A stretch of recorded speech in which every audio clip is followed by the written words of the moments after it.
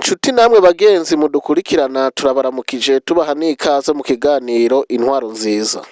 Ni ikiganiro mutegurirwa n'igisata co kumenyesha amakuru mu bushikiranganji bw'intwaro yo hagati mu gihugu, iterambere rusangi n'umutekano. Mu kiganiro c'uno musi turabira hamwe uko igisata c'inyandiko ndangamuntu ca komine Matongo y'intara ya Butanyerera gitunganiriza ababitura neza, gutyo bigatuma abenegihugu baca bakoresha umwanya wabo mu bikorwa vy'iterambere, gutyo umwimbu ukabona kwiyongera mu benegihugu. Umunyamabanga nshingwabikorwa wa komine Matongo Kanani Robert yabanje kutumenyesha ko mu mitumba imwe imwe hacibonekeza ukudahuza mu miryango bifatiye ku butunzi ariko bitagwiriye cane, akamenyesha ko abenegihugu babanye neza uretse imanza nyinshi z'amatati y'amatongo. Ku kijanye n'intwaro ibereye ndakigire ko abenegihugu b'imatongo mu butandukane bwabo barafatanye mu nda, ariko nta mwonga ubura isato ibidahizwe. Aho ku mitumba imwe imwe hibonekeza ingo zitabanye neza bivanye n'utugorane zifise dufatiye ku mwimbu canke ku butunzi, ugasanga umukenyezi ntiyumvikana na serugo mu bijanye no gutunganya umwimbu, vyanse ko bumvikana ugasanga nk'umwe bivanye n'amafaranga cyangwa ubutunzi afise arafashe akayira ko kuja kwipangira ahandi agashima kwibana, ariko ivyo ntibigwiriye. Ivyo ntibigwiriye ni nk'umwe mu karere rego, ariko muri rusangi abandi babanye neza ciretse injyane zituruka ku matongo. Izo njyane rero ziratuma ikibano gitosekara, gasanga abenegihugu bama mu masentare, bama mu mamanza, gasanga iterambere ry'umuryango ryasubiye inyuma kubera uwo mwanya batakaza. Hari n'ababurana ibiri vyo n'ababurana ibitari vyo, ugasanga mbere mu ntambamyi ziri mwibi vy'amatongo harimwo n'abatazi neza inzira bofata kugira bakurikirane imanza zabo kugira ngo bunguruze hanyuma zive mu nzira zicibwe hama zishigwe mu ngiro. Yatumenyesheje ko kuva habayeho intunganyo shasha aho abenegihugu ivyangombwa vyinshi babironderera hafi ku mazone, ko ubu umwanya abenegihugu mwinshi bahora bakoresha mu kurondera ivyo vyangombwa ubu ngo bawukoresha mu bikorwa vy'iterambere, na cane cane ukurima ibigori, umuceri, ko n'ibigega bivamwo bikarengerwa, mbere ko ubu banijukiye n'ibikorwa vyo gukingira ibidukikije. N'uburimyi hari irima ry'agatasi ryari ryarateguwe rijanye n'imbuto irobanuye y'ibigori, aho ku mitumba hashoboye gutegwa itoni zishika 45 ku mahegitari arenga gato 1,700, kandi umumero wagenze neza. Turabona ko bigeze ku rugero rwiza, ndetse hari n'uburere bumwe bumwe usanga abateye kare bakanavomera ku mitumba bageze aho bitegurira gusarura mu matarike ya 10 gushika ku 15 z'uku kwezi kwa Kigarama bazoba bariko barasarura. Hanyuma ku bijanye n'ibijanye no gutunganya imyonga kuri iki giterwa c'ibigori, komine ya Matongo yafashe iya mbere muri wa mugambi wo gushira amatongo hamwe, aho abenegihugu barima igiterwa kimwe bakakirimira rimwe bakagikurikiranira ku rugero rumwe, ndetse no gusarura bagasarurira hamwe, aho usanga umwimbu uteye igomwe. Ivyo bigatuma ata kubijana hirya no hino, bibanza bigashikira mu miryango ikikenura mu byo gufungura ndetse n'ibindi baba bakeneye, hanyuma umusesekara bakawujana mu isoko, ubundi bakawushira mu bigega by'intega kazoza kugira ngo aho bukera umuntu ashobore kuwikorako. Hambavu y'ibigori turarima igiterwa c'umuceri, aho uri kurageragezwa kandi tubona bene gihugu bariko barawijukira ku rugero ruhagije. Gusa ingorane tugifise nizijanye n'imbuto irobanuye y'uwo muceri, kuko usanga haterwa umuceri utimbuka cyane, kandi novuga abashakashatsi batemera nka neza. Gusa muri iyi myimbu yose mu by'ibigori hanini dusanga ibigega byo kubikamwo uwo mwimbu bikiri bike. Turavye umwimbu uboneka ni mwinshi cyane, mugabo ibigega birarengerwa, gacu usanga umwimbu umwe uri kurafatwa nkuko tutavyifuza, hanyuma uwundi mwimbu ukononekara bivanye n'ingene ubitswe. Tugasaba leta ko yo tugwiriza ibigega byo kubikamwo uwo mwimbu, hanyuma umwimbu utararonka ico ukora, kuko hari igihe usanga umwimbu werera ku wundi. Twasabaho naho kubijanye n'amahinguriro mato mato yo guhingura umwimbu, na cane cane w'ibinyantete by'ibigori, akaboneka mu bijanye no gukingira ibidukikije. Abenegihugu b'Amatongo uvuze rimwe bumva kenshi.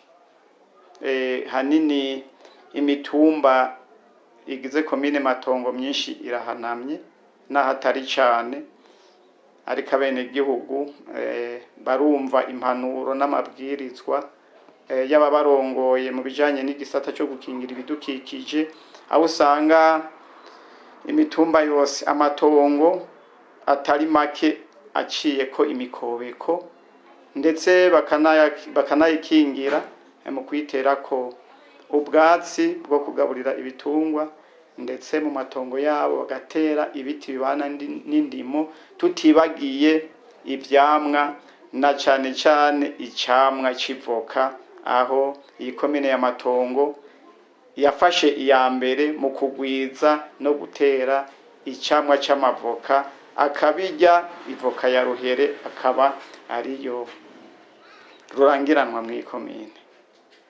Hanyuma mu bijanye n'imyonga naho nyene hari inzuzi usanga zibangamiye imirima y'abenegihugu, aho twafashe umugambi wo gukingira inkombe z'izo nzuzi mu kuziterako imbingobingo n'ibindi vyatsi vyokingira amatongo y'abenegihugu, ku buryo umwimbu ubandanya wongerekana.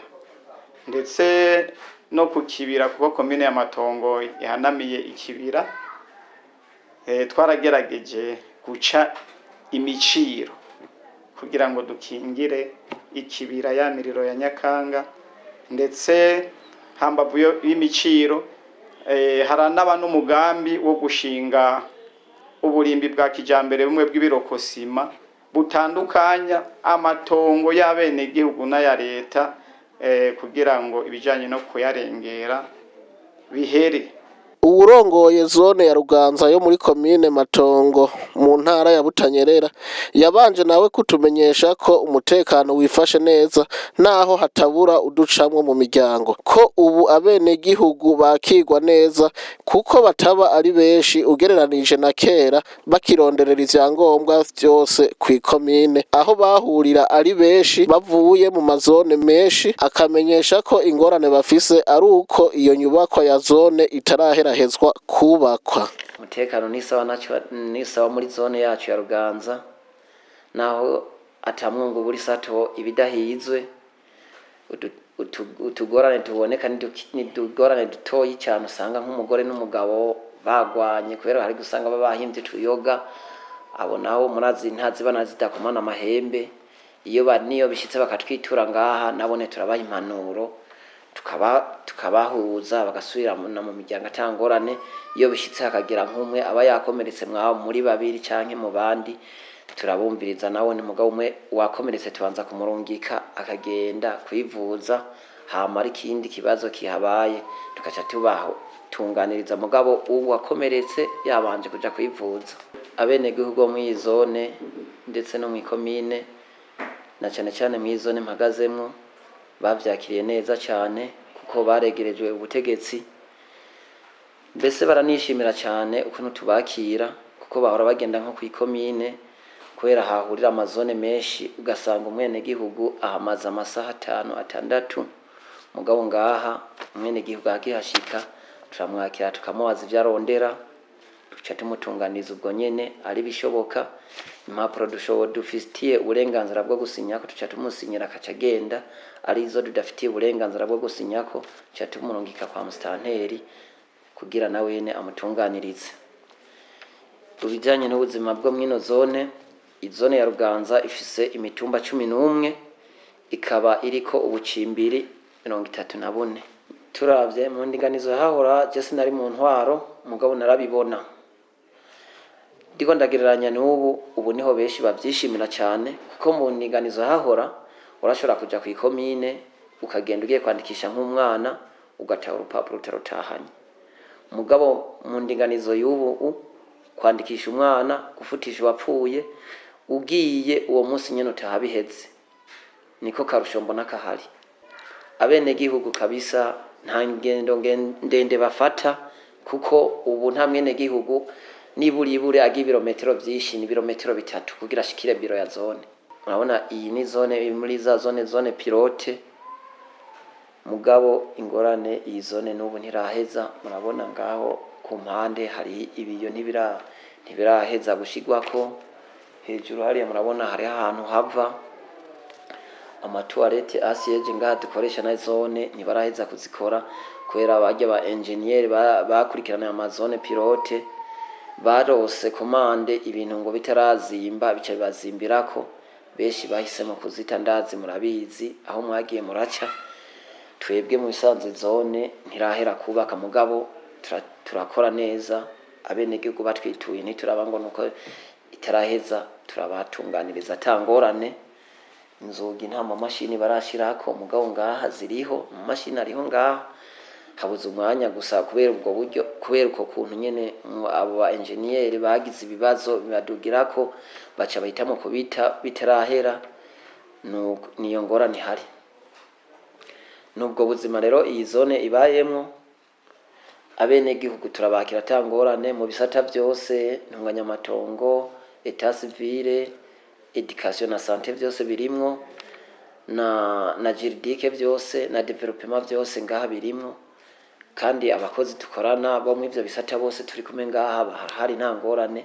Akajambo nobwira ikigega fonike cyariko kirakurikirana amazone pilote nuko kubera aba ba engineer bagize ikibazo bakazita, je nosaba yuko boshikiriza uburenganzira aba adimcom bakabaha budget hama bakabikurikirana, niho vyokoroha cyane.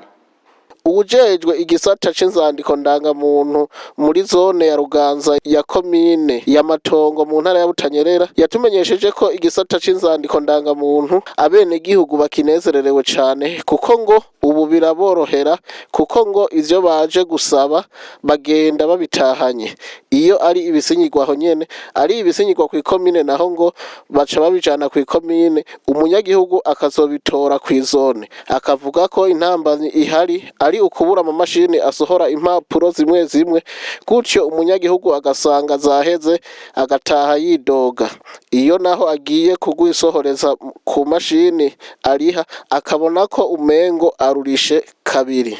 Kuri iki kijanye n'inzandiko ndangamuntu abenegihugu barakenezererewe kubona caraje ngaha mu mazone.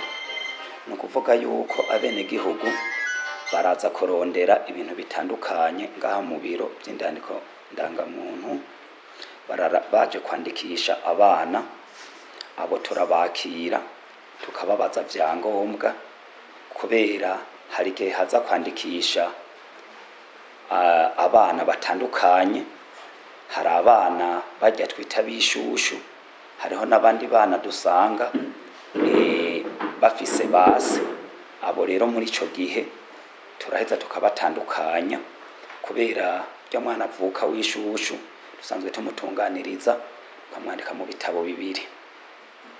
Ni ukuvuga rero yuko mu kubandika tubandika muri ubwo buryo butandukanye. Bamaze gushika turabakira twaca tubandikira mu gitabo umwana tukamwandikisha. Bahejeje gutera ibikumu mwabonye yuko jewe hagira rimwe arandika mu gitabo nanje narimo ndakompleta ibi bijanye n'urupapuro rwiwe umwana ashobora kumuvurizako. Rero igituma abinezererewe nk'ubu no kuvuga nyakubahwa chef de zone ari ngaha nyene, ubu nyene aca mushirirako ikidodo aca agenda arujanye atazosubira kugaruka, kandi bica bimworohera yuko azoba aje akaca asubira inyuma atavuga ati yabuze uwo musinyira. Twebwe rero n'abantu baza kwandikisha indangamuntu biraborohera, bava ngaha nyene mu mico itandukanye tugaheza tukabandikira amafishi tuba tuyafise ngaha, hanyuma twebwe nyene aba responsable tukanduka tukaca tuyajana kw'ikomine kugira ati mustanteri dushobore kuyasinya. Muri ico gihe amaze kuyasinya turagenda tukongera tukayagarukana hanyene biyandikishije, abenegihugu bikaca bibafasha kuyatora nyene ngaha hagufi batarinze kuja ahantu harambiranye. Bivanye no ku kuntu ubona amazone yegereye abenegihugu biraborohera cane yuko baca bazitora izo ndangamuntu ahantu begereye.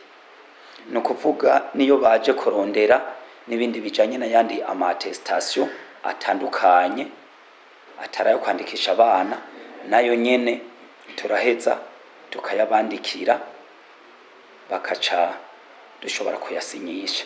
Uyu mugambi waje hageze kandi waje nukuri abenegihugu bawukunda, kubera ubu bose umwenegihugu ahari niyavuye ngaha aravuga ati nukuri vyaroroshe, ati twarabona yuko tugiye gutonda kw'ikomine ico twaja kurondera twarashobora guheza n'imisi 2 batarabironka, kubera bivanye n'ubwishi n'ababikora baba ari bake.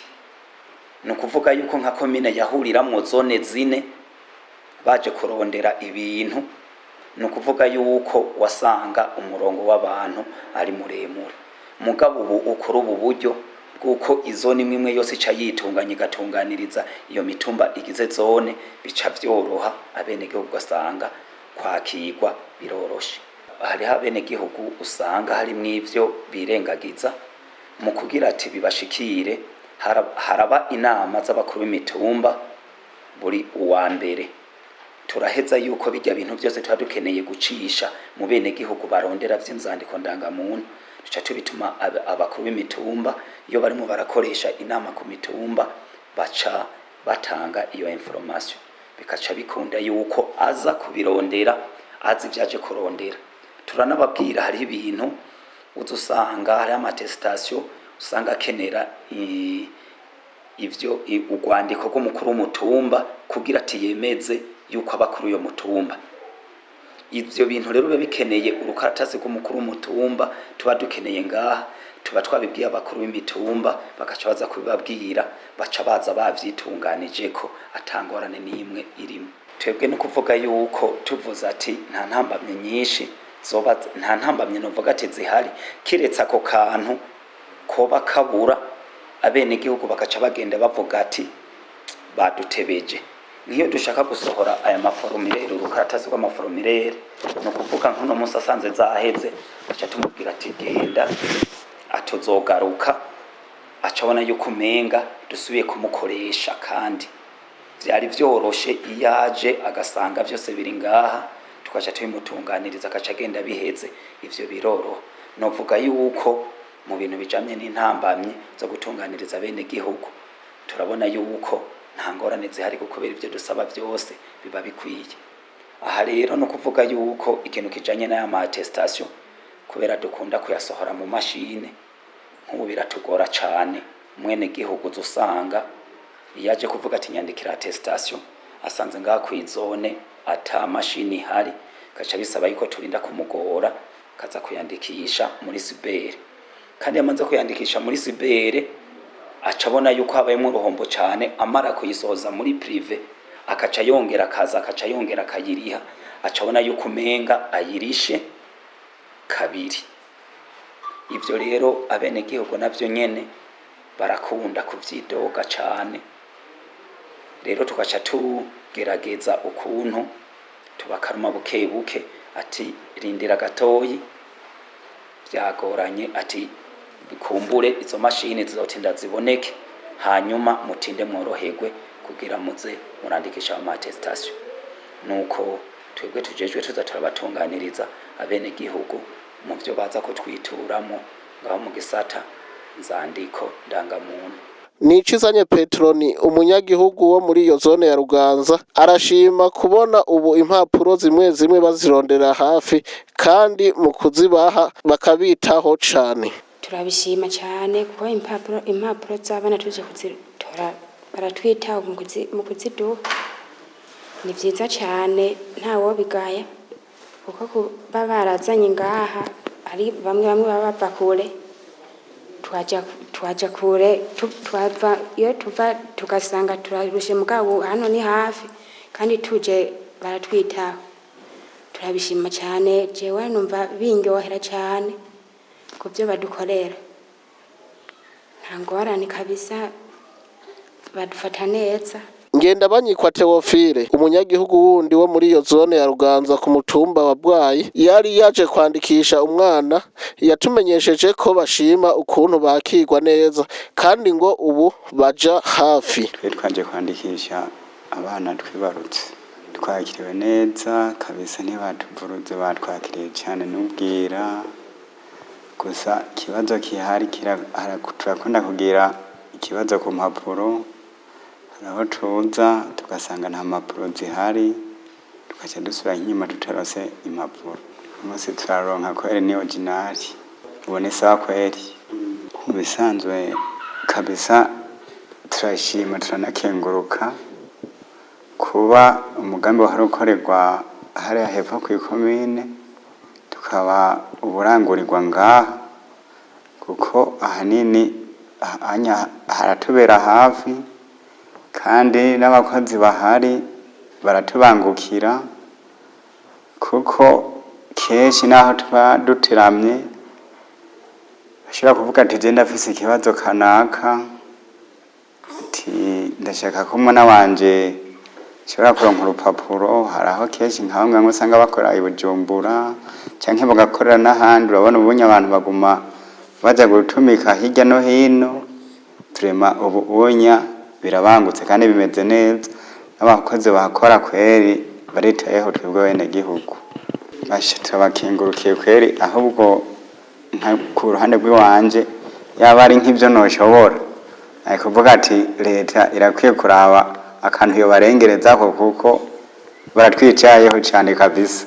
Nshuti namwe bagenzi mwariko muradukurikira, aha niho ikiganiro intwaro nziza cuno munsi kigarukiye, naho ubutaha. Ndagukunda Burundi, gihugu cy'amavukiro. reka ndakwiginagure we mwiza horana iteka ndagukunda Burundi gihugu c'amavukiro reka ndakwiginagure we mwiza horana iteka we wambaye byinshi wambaye ubutore n'ibanga wambaye ubutwari zo gutera iteka ndaguhaye